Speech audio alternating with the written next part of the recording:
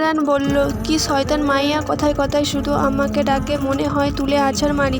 মিম ইমরান দুজনে দুজনকে জড়িয়ে ধরে ঘুমের দেশে চলে গেল। সকালবেলা পাখির কিচিরমিচির ডাকে মিমের ঘুম ভেঙে গেল। চোখ মিলে ইমরানকে দেখে মিমের মুখে হাসি রেখা ফুটে উঠল। মিম বলল, ইস সুন্দর হ্যান্ডসাম জামাইটা আমার, আল্লাহ জানে কত মেয়ের ক্লাস উনি, আমি তো প্রথম দেখায় প্রেমে পড়ে গেলাম। ইমরানের ঠোঁটের ওপর মিমের নজর পড়ে। মিম বলল, ইস ঠোঁটটা এত গোলাপি কেন, আমাকে শুধু কাছে টানে, মনে হয় না কোনোদিন বাজে কিছু খেয়েছে। মিম নিজেকে সামলাতে পারে না, ইমরানের ঠোঁটে 10টা চুমু দিল। মিম বলল, না 10টা দিয়ে পেট ভরবে না। মিম আরও 10টা চুমু দিয়ে খুশি হলো। মিম এবার ইমরানকে ডাক দিল। মিম বলল, এই যে শুনছেন? ইমরান বলল, হু।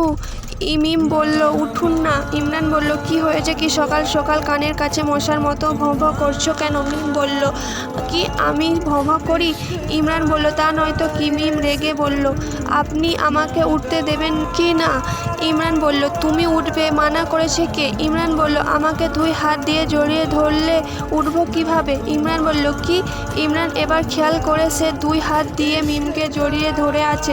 ইমরান বলল, আমার কি দোষ, তুমি তো বললে জড়িয়ে ধরতে। মিম বলল, হয়েছে, আমি কিছু বলি নাই, এবার আমাকে ছাড়ুন, নিজের বউ তো, জড়িয়ে ধরতে পারেন, সমস্যা নাই। ইমরান কাছ থেকে ছাড়া পেয়ে মিম ওয়াশরুমে চলে গেল ফ্রেশ হতে, আর ইমরান আবার শুয়ে পড়ল। মিম নিচে গিয়ে বুয়াকে সাহায্য করে ব্রেকফাস্ট রেডি করে আম্মার রুমে গেল। মিম রুমে ঢুকতে আম্মাকে জড়িয়ে ধরল। মিম বলল, আই লাভ ইউ আম্মা বলে একটা পাপ্পি দিল। মা বলল, কেউ একজন বলেছে সে আমাকে কোনো দিন পাপ্পি দিবে না।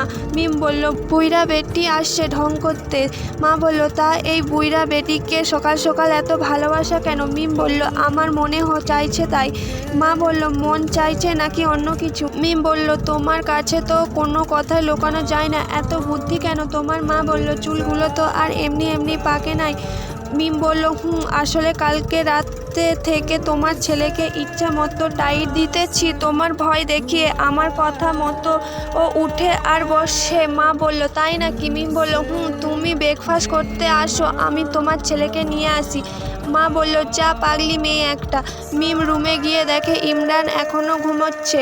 মিম বলল, আল্লাহ, মানুষ এত ঘুমায় কেমনে? দাঁড়াও মিম, ইমরান মজা দেখাচ্ছি, সেই দিন পানি দিয়ে ঘুম ভাঙানোর অনেক অপমান করেছ, আজকে তার প্রতিশোধ নেব। মিম কিচেন থেকে একটা স্টিলের থালা ও চামচ এনে ইমরানের কানের কাছে থালাটা ধরে চামচ দিয়ে জোরে আঘাত করলো।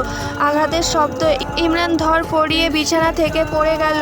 মিম তো হাসতে হাসতে মাটিতে গোড়াগড়ি খাচ্ছে। ইমরান প্রথমে বুঝে উঠতে পারল না তার সাথে কি হয়েছে, পরে মিমের হাতে থালা চামচ দেখে বুঝলো মিম তার সাথে কি করেছে। ইমরান রেগে বলল, মিমের বাচ্চা ডিম তোর আজকে খাইছি।